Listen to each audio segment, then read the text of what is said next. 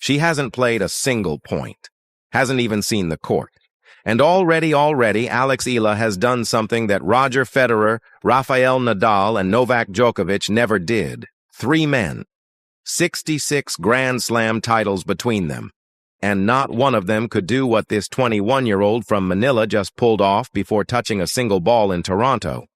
The tickets are gone, the stadium is full, and a nation that watched her make history in Washington is now showing up in force to watch her do it again. Let that land for a second. The National Bank Open, Toronto, Wednesday night. An early round weekday match that would normally draw a few hundred casual fans on a muggy summer evening. But when tournament organizers announced Alex Eala's opening match for that slot, it sold out.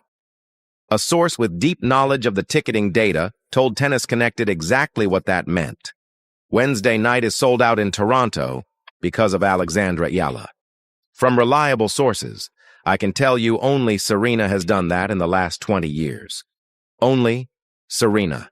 Williams, not Federer, not Nadal, not Djokovic. The greatest men's players the sport has ever produced, combined, could not do what this young woman from the Philippines just did without stepping foot on Canadian soil. The last time anything like this happened was 2022, when Serena announced her retirement in a Vogue article and Toronto lost its mind. 12,500 people packed inside the stadium. Another 5,000 watching on outdoor screens because the building literally couldn't hold the demand. The whole city saying goodbye to a legend.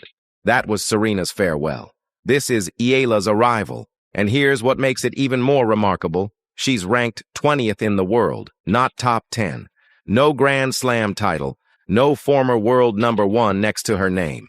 Just a 21-year-old from a country that had never produced a tennis player of this magnitude, somehow outselling the sport's all-time greats at the gate. But this didn't come from nowhere. The signs have been building for months. At the Australian Open in January, organizers placed her first-round match on Court 6, a small outside court holding just 1,500 people. What followed was something Melbourne Park had never seen. Thousands of fans flooded the grounds. A queue stretched hundreds of yards through the park. Security cleared the area as the crowd outgrew every barrier. Even Martina Navratilova stepped in publicly, saying organizers needed to think more carefully about where players come from and who actually shows up to watch. Eala's pre-tournament press conference that week pulled 171,000 viewers online. Carlos Alcaraz drew 29,000. Coco Gauff, 29,000. Aryna Sabalenka, 9,000. At 20 years old, she was the most watched player at the Australian Open, and she hadn't won a set yet. In Dubai, Jessica Pegula could hear Eala's fans from inside her hotel room. At Wimbledon, where tickets are nearly impossible to get, Eala walked out to find her corner of the stands buried in Philippine flags. In Washington, tournament chairman Mark Ein revealed that 80% of all ticket inquiries, 80%, were specifically about Eala. Now, Toronto. And Toronto isn't just any city. The Greater Toronto area is home to over 250,000 Filipinos, 62% of the entire Filipino-Canadian population in the country. Ontario alone holds an estimated 363,000 people of Filipino descent. When Eala's name appeared on the entry list, it stopped being just a sporting event. It became a homecoming, because that's what this phenomenon really is at its core. It's not just tennis, it's a diaspora. Nurses from Birmingham, engineers from Berlin, students from Melbourne, families from Toronto. All scattered across the world, but fiercely connected to home. They've become her unofficial traveling fan base. Wherever she plays, a flag appears. Then another. Then chants in Tagalog rise through the stands, and the atmosphere transforms into something the sport has rarely felt. Mary Jo Fernandez said it simply, "She brings a whole new demographic and crowd to watch our sport." Andy Roddick went further. "This is a movement within tennis that didn't exist a few years ago. She's attracting fans in the most committed, passionate way." And Eala herself? After a victory in Washington, a reporter asked what it felt like to be so celebrated around the world. She didn't talk about her own journey. She redirected. "I think the question should be rephrased," she said. "What's it like to be Filipino?" Then she added two words her fans will never forget. Salamat, kabayan. Thank you, countrymen. She could have made it about herself. Instead, she shone the spotlight on every single person in those stands. But while the world was still processing Washington, her first WTA title, victories over Olympic gold medalists, defending champions, and the world number 3, the calendar had already moved on. The final against Pagula on Sunday, August 2nd, was suspended twice by rain and lightning. She finished it Monday afternoon.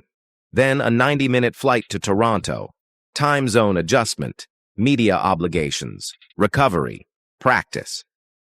By the time she stepped onto Canadian soil, she'd played 5 matches in 5 days, including a final that stretched across 2 days, with barely 24 hours to reset before her next match. That's the brutal arithmetic of professional tennis. No parades, no time to breathe in what you've just done. And yet, here's what she said after lifting that Washington trophy. "I think I ended the tournament in better shape than I started. Each match I kept improving and kept learning things about myself." No complaints, no excuses, just forward. Her opening match in Toronto came loaded with its own storyline. Waiting across the net, Alesia Parks. The same Alesia Parks who beat Eala at the Australian Open in January, 6-0, 6-3, 6-2. A bagel in the first set.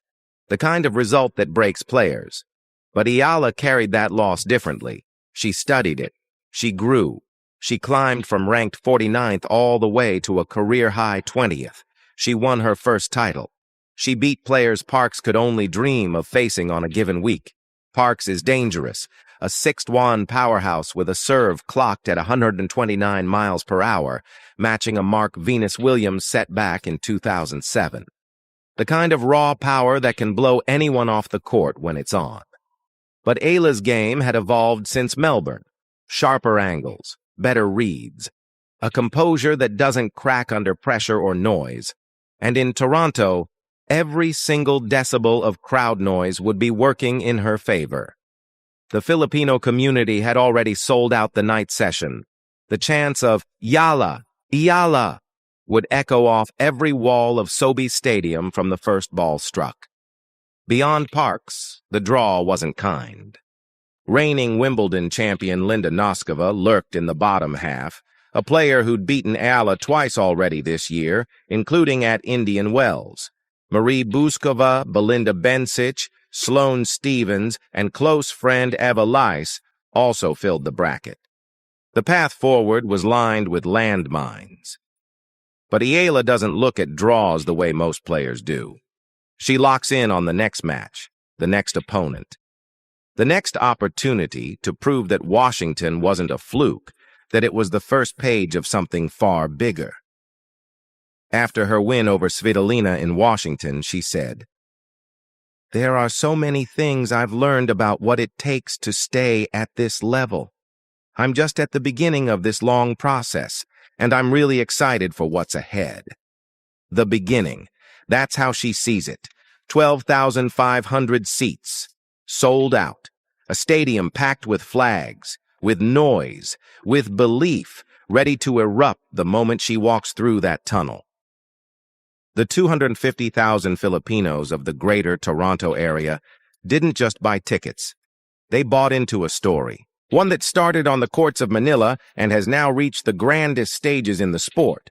What began in Australia, grew in Dubai, exploded in Washington, and has now crossed an international border into Canada. Alex Eala has done what only one woman in the last 20 years has done.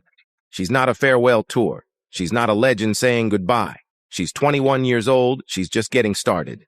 And Toronto is about to find out exactly what that means.